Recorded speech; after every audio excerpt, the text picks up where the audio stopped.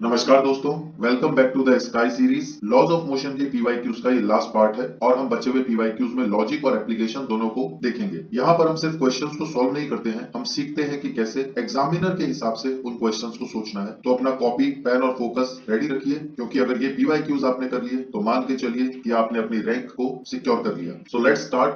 A train is moving with a speed of 12 meter per second on rails which are 1.5 meter apart. To negotiate a curve of radius 400 meter, the height by which the outer rail should be raised with respect to the inner rail is। देखिए बिल्कुल banking वाला case है और banking में हम जानते हैं tan theta equal to v square by rg होता है। तो इन दोनों रेल्स के बीच का डिस्टेंस आपको 1.5 मीटर दिया हुआ है और आपसे ये पूछा है कि दोनों रेल्स एक दूसरे के रेस्पेक्ट में कितनी उठी होंगी, मतलब h आपको पता करना है इस केस में। नाउ क्योंकि tan theta v square by rg है, दैट मींस tan थीटा की जगह हम लिख सकते हैं h upon 1.5 equal to v is 12 metre per second, r is 400 and g को 10 लिया जा सकता है। h आ जाएगा यहाँ से 0.054 मीटर, लेकिन आंसर्स क्योंकि सेंटीमीटर में है इसीलिए 5.4 सेंटीमीटर इज द आंसर। एक बेसिक क्वेश्चन था, केवल आपको यहाँ पर पता ये होना चाहिए था कि बैंकिंग का फॉर्मूला यहाँ पर लगेगा, बिकॉज ट्रेन वाले केस में इससे पहले बैंकिंग के क्वेश्चंस नहीं पूछे गए थे। But again an important question, next question पर चलते हैं। देखिए ये लॉज ऑफ मोशन का लास्ट पीवाईक्यू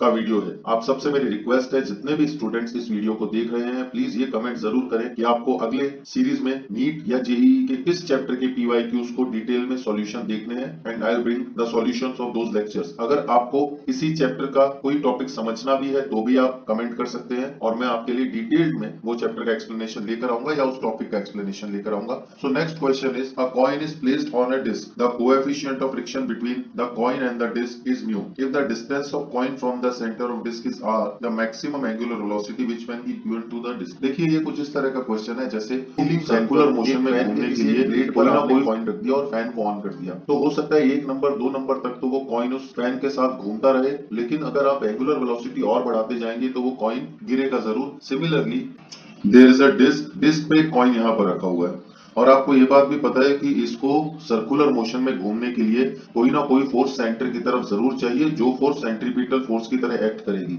मतलब जो फोर्स सेंट्रीपिटल एक्सेलरेशन प्रोवाइड करेगी। वो फोर्स नॉर्मल या mg नहीं हो सकती, वो फोर्स फ्रिक्शन होगी, क्योंकि इसकी टेंडेंसी आउटवर्ड स्लाइड करने की होगी, हेंस स्टैटिक फ्रिक्शन इनवर्ड्स लगेगा and friction will be providing centripetal force और नॉर्मल mg को बैलेंस करेगा। अब वी नो दैट बात हो रही है मैक्सिमम एंगुलर वेलोसिटी की। मैक्सिमम एंगुलर वेलोसिटी के लिए मैक्सिमम सेंट्रीपिटल फोर्स चाहिए और सेंट्रीपिटल फोर्स क्योंकि फ्रिक्शन दे रहा है, इसलिए मैक्सिमम एंगुलर वेलोसिटी तब होगी जब फ्रिक्शन अपने मैक्सिमम वैल्यू पर होगा, hence F will be equal to F limiting. अगर फ्रिक्शन F लिमिटिंग है, दैट मींस हम ये कह सकते हैं कि फ्रिक्शन म्यू n है। अब F की जगह आप mr ओमेगा स्क्वायर और n की जगह mg पुट कीजिए।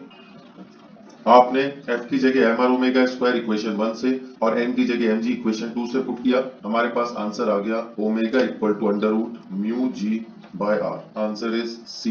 एक बहुत ही बेसिक क्वेश्चन है, आपको ये याद रखना चाहिए, बार बार ये चीजें कैलकुलेट मत कीजिए। कुछ ऐसे फॉर्मूले हैं जो डायरेक्टली आप याद रखेंगे तभी आपको इजीली आप कर पाएंगे उनको। Moving on to next question. ये क्वेश्चन वेल ऑफ डेथ, मौत का कुआं आप लोगों ने देखा होगा, कुछ उससे मिलता जुलता है, जिस पर एक सिलेंड्रिकल ड्रम के अंदर एक मोटरसाइकिल या कार चलती है। इस केस में जो सेंट्रीपिटल फोर्स आएगी that will be given by normal only, और आपसे पूछा है a smooth circular groove has smooth vertical wall as shown in figure, a block of mass m moves against the wall with speed v.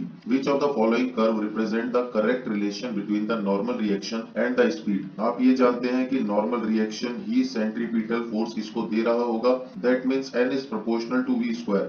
Sir इस बार mr omega square क्यों नहीं लगाया, m v square bye r क्यों लगाया है? Because इस बार आपसे पूछा ही स्पीड है, इसलिए m v square bye r लगाया है। सो n अगर v स्क्वायर के प्रोपोर्शनल है, ये एक पैराबोला बनेगा जो n की तरफ झुका होगा, पैराबोला बनेगा जो n की तरफ झुका होगा, hence answer will be first। एक बहुत बेसिक क्वेश्चन है। Moving on to next question. A tube of length 50 centimeter is filled completely with an incompressible liquid of mass 250 gram and closed at both ends. The tube is then rotated in horizontal plane about one of its ends with a uniform angular velocity x root f. If f be the force exerted by the liquid at the other end, then the value of x will be। देखिए इस case में force के लिए ना वैसे तो liquid आप यहाँ समझिए यहाँ से लेके और एंड तक हर जगह लिक्विड मौजूद है, that means mass is uniformly distributed, continuously distributed. लेकिन इस फोर्स के केस में आप इंटीग्रेशन करने की बजाय शॉर्टकट ये है कि सारा मास इसके सेंटर ऑफ मास पे अगर आप मान लेंगे तो इसकी रेडियस ऑफ सर्कुलर मोशन भी 50 की बजाय 25 सेंटीमीटर हो जाएगी। हालांकि टोटल लेंथ 50 है। अब अगर सेंट्रीपिटल फोर्स का फॉर्मूला लगाया जाए, centripetal force is mr omega square, mass is 250 gram, radius 25 centimetre है क्योंकि सारा मास सेंटर ऑफ मास पर माना गया है, और ओमेगा आपको angular velocity x root f already given है। इसको अगर अपन सॉल्व करते हैं x की वैल्यू आ जाती है 4। कंसेप्ट इसमें केवल इतना है कि आप एक रोटेटिंग ट्यूब में सेंट्रीपिटल फोर्स के लिए उसका सारा मास उसके सेंटर ऑफ मास पर मान सकते हैं। Moving on to the next question, बहुत इंपॉर्टेंट क्वेश्चन, बहुत कंसेप्चुअल क्वेश्चन, ध्यान से समझिएगा। One end of a massless spring of spring constant K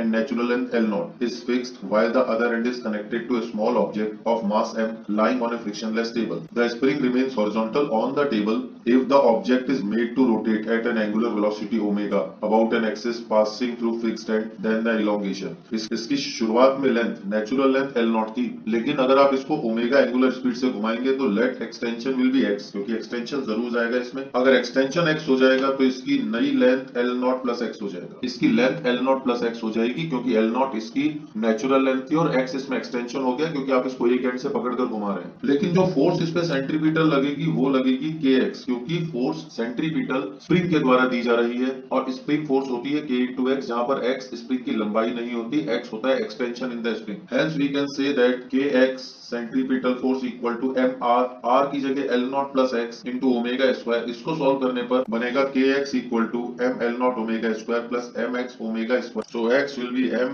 L naught omega square upon k minus m omega square. Answer is C। एक बहुत अच्छा question है, फिर से देखिएगा, मल्टीपल चांसेस हैं गलती होने की इसमें। कभी आप रेडियस को x मान लेंगे, कभी आप सेंट्रीपिटल फोर्स में kx को L naught प्लस x लिख देंगे, कभी रेडियस को L naught मान लेंगे। एक बार इसको वीडियो को पॉज करें और जरूर इसको खुद करें। Particle is moving with uniform speed along the circumference of a circle of radius capital R under the action of central fictitious force F which is inversely proportional to R cube. देखिए अभी तक जो centripetal force हम पढ़ते हैं वो पढ़ते हैं mv स्क्वायर बाय R, मतलब 1 बाय R के प्रोपोर्शनल होती है सेंट्रीपिटल फोर्स। इसने बोला है कि इमेजिन कीजिए कि सेंट्रीपिटल फोर्स जो भी लग रही है वो 1 बाय R क्यूब के इनवर्सली प्रोपोर्शनल है। टाइम पीरियड आपको निकालना है। दैट मींस सेंट्रीपिटल फोर्स को कुछ k बाय R क्यूब लिखा जा सकता है। That means we will write k by R cube equal to mv square, mr omega square use कीजिए, टाइम पीरियड निकालने में आसानी होगी।